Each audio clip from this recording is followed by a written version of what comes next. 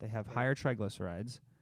And so they're just like their whole overall metabolic milieu is making it such that their the whole environment is more atherogenic, right? So the They're likelihood that things are going to end up in the space yeah. in those artery walls and then be calcified or turn into plaques increases, right? It's Gotcha.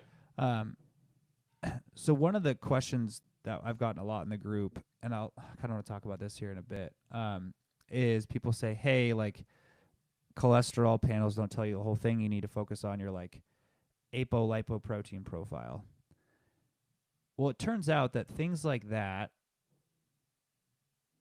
have a larger effect on risk when your overall metabolic situation is bad, Yeah. right? So, like, if you Okay. have particles that are like smaller, denser, and more likely to get into those spaces, well, that risk increases a lot if you have like very poor like vascular integrity, you have high rates of Right. inflammation, you have high blood pressure, you have high oxidative stress.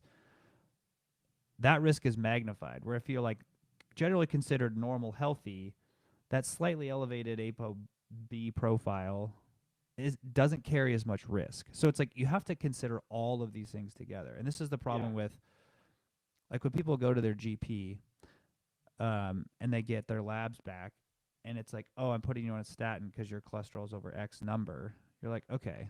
Like I get it that there's like you have to treat to target. There's the algorithms. This is a CYA. This is like what the standard of practice is. But a lot of times you have to like consider the whole profile, right?